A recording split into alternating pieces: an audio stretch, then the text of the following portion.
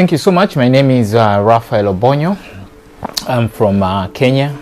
My background is in public policy, and I'm involved a lot in development and youth work. I serve on World Bank Global Coordination Board of Youth and Anti-Corruption. I've also served on the UN Habitat's Youth Advisory Board and a number of other boards. I've also co-founded and continue to steer a number of youth organizations and civil society organizations. So in brief, I'm involved a lot in youth and development work across the globe. The visit to the bridge, the Peace Park, was extremely emotional and a reminder of the importance of peace. I was reminded it brought in the history of thousands of years of unity and unification between the South and the North, but also a reminder of the war between the North and the South. But most importantly, the need to continue with the efforts to bring together the North and the South, both in terms of promoting peace, but the ultimate goal, which is the ultimate and sanctocrat goal of reunifying both the North and the South, knowing the importance of peace and stability to economic growth and to progress. So it was a very emotional visit.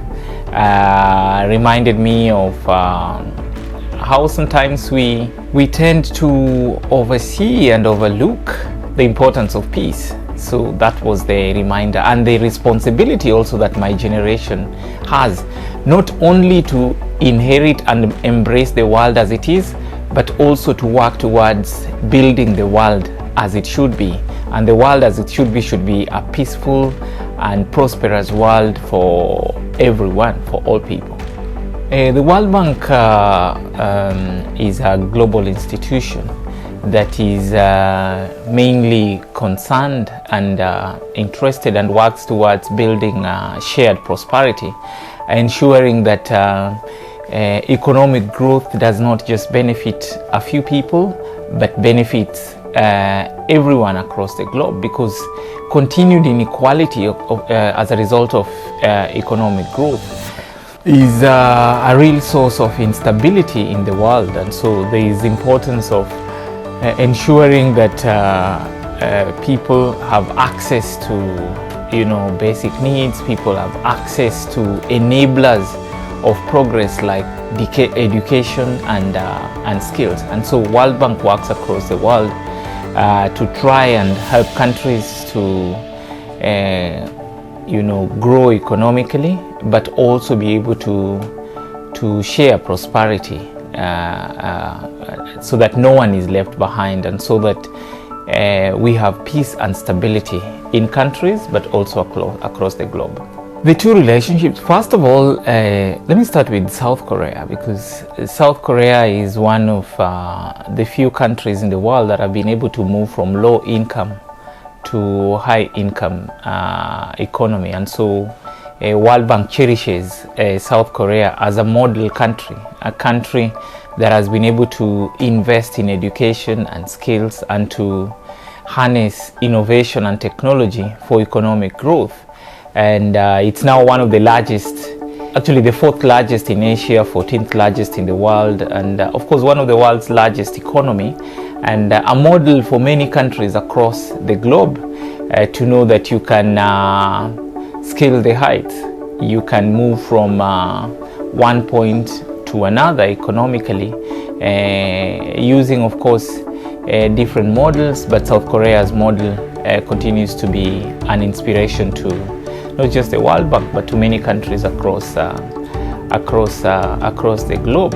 With North Korea is one of the 5 countries that are not part of, not members of the World Bank. Also because there's been issues with nuclear development, and so North has not been part of of the World Bank. But of course, there have been efforts to try and tackle some of the barriers, challenges, and the problems that have put North Korea out of the global community as far as the World Bank is concerned. But also there is continued efforts at different levels, and especially at the global level, to bring together the North and the South, not just in terms of the economy, but also politically, because they have strong bonds and relations that go way back in terms of culture, in terms of language. They have a lot in common, and so there have been efforts to try and bring them together, and the global and international community has been quite involved in those efforts. Efforts for peace and reunification have been largely spearheaded by the global community, but now more and more by the two governments. But it is also very important to bring together or to involve the people. Citizens themselves need to be involved. So the people-to-people relations is extremely important. Of course, for the older generation, it's about the history, it is about the roots, it's about the origins, it is about the lineage. But for the younger generation, it should also be about the economy. We should see the benefits of that reunification would actually bring to us in terms of job opportunities, in terms of shared prosperity, in terms of sharing technology and innovation. And so young people cannot be bystanders. Young people cannot be on the touchlines. Young people cannot sit back and imagine that someone else is going to do the work for them, because establishing peace and ensuring reunification is a tough job.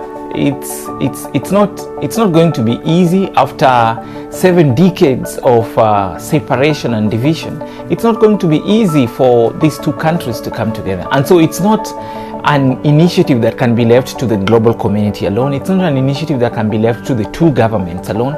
It is an initiative that requires all of us, and especially young people, because there are benefits to peace, there are benefits for reunification. And our generation, young people, young North Koreans and young South Koreans are going to benefit more if there is peace and stability, and if this country open up their communications lines, if this country open up and start and continue trading with each other, open up and start working together and working together, there'll be plenty of benefit. My visit today to the Peace Park, I think, reminded me of how we can have a dead end where there's supposed to be a through way.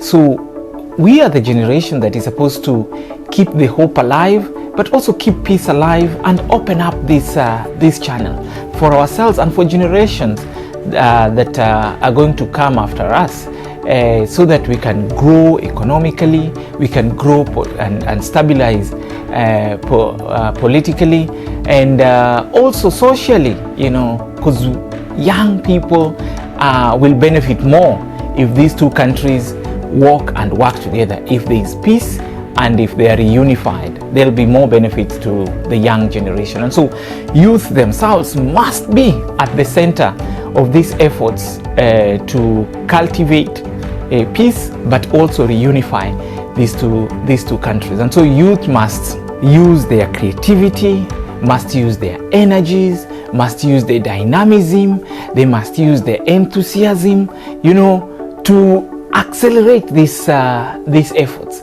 Of course, there has been attempts and efforts for many years, and it is possible that the older or the adult generation is still thinking so much about the past. Our generation must think about now and the future, and so we are the fuel that is needed to accelerate the efforts for reunification. So let's use our talents, let's use our creativity, let's use our energies, to ensure peace and stability and reunification of both the South and North Korea, so that we can have, of course, this Korean Peninsula again reunited and move in one accord and in one direction. I mean, first of all, these two countries are neighbors, and so they need each other. These two countries share a lot of bonds, language, culture. Over the years, thousands of years, they shared an economy, they shared, I mean, a lot of other stuff. And so it is just reunification will help in terms of realizing the progress that is required, not just in one of the countries, but both countries. You know, now, for example, if you look at South Korea is one of the largest economies in the world. It is said that it is 40 times the size of North Korea. I think it is important that these countries work together so that they can benefit from each other, both in terms of politics, but also in terms of the economy, because they say that, in fact, there's a saying in Africa that the rich man cannot sleep because the poor man is awake and the poor man is hungry. For as long as either of these countries is left behind, then there won't be peace in either of these countries. So working together, reunification will help these countries to progress almost at the same pace, and even if it's not at the same pace, by ensuring that no country is left behind, that the progress of one country is shared by another country. So reunification will help in terms of sharing the innovation, sharing technology, sharing skills, sharing resources and materials that are needed for each country to thrive. And so there's a lot of benefits for both countries, and also for achievement of SDGs. You know, one of the rallying call for United Nations is leave no one behind. And so the idea of reunification is that no one should be left behind. The idea of reunification is also part of the realization of SDGs. You know, the three key goals of SDGs were: one, to ensure protection of the planet. The second one was the other one was on peace and prosperity for all. And so this actually is in tune with one of the goals of SDGs, peace and prosperity for all. And so coming together will help these two countries and the world at large to move and to accelerate realization of SDGs. Of course, as we realize, we are in the last stretch, the last 10 years of SDGs in terms of the 2030 goal. And so the decade of action requires that countries come together, work together, iron out their differences, complement each other, and work towards a realization of SDGs. If we work together, it will be much easier to achieve SDGs. But if we are divided, if we are moving in separate and different directions, it becomes very difficult to realize SDGs. And so North Korea and South Korea working together, it means there is harmony. It means that we'll be moving towards the same direction. It means that it will be much easier to realize sustainable development goals. I just want to encourage young people that we must not just see and inherit the world as it is. We have a responsibility to shape the world as it should be.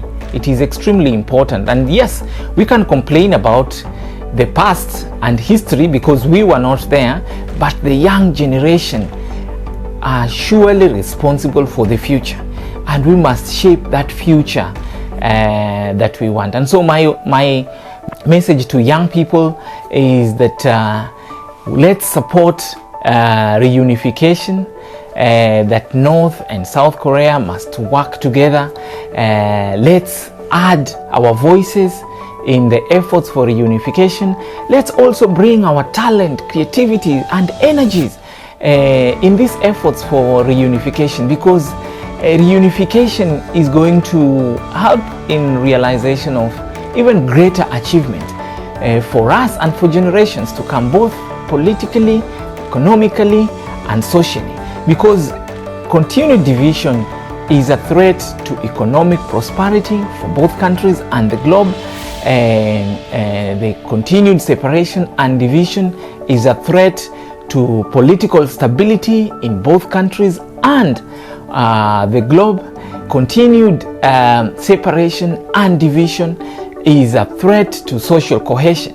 And so young people must not inherit that. Young people have a sacred duty to, yes, inherit the challenge, but tackle the challenge and provide the solution that is required. And so we must be the solution that is needed. Let's be the solution that the world has been waiting for, to reunify these two countries. And we can do that by saying that our generation stands for reunification, not division and separation, to state strongly by word and action that our generation believes that peace is sacrosanct and it is extremely important for political, social and economic progress. So don't just sit back, don't be in the waiting room, don't just complain, don't just criticize, do something. Join and be part of the reunification efforts. That is so important if we are to realize sustainable development goals.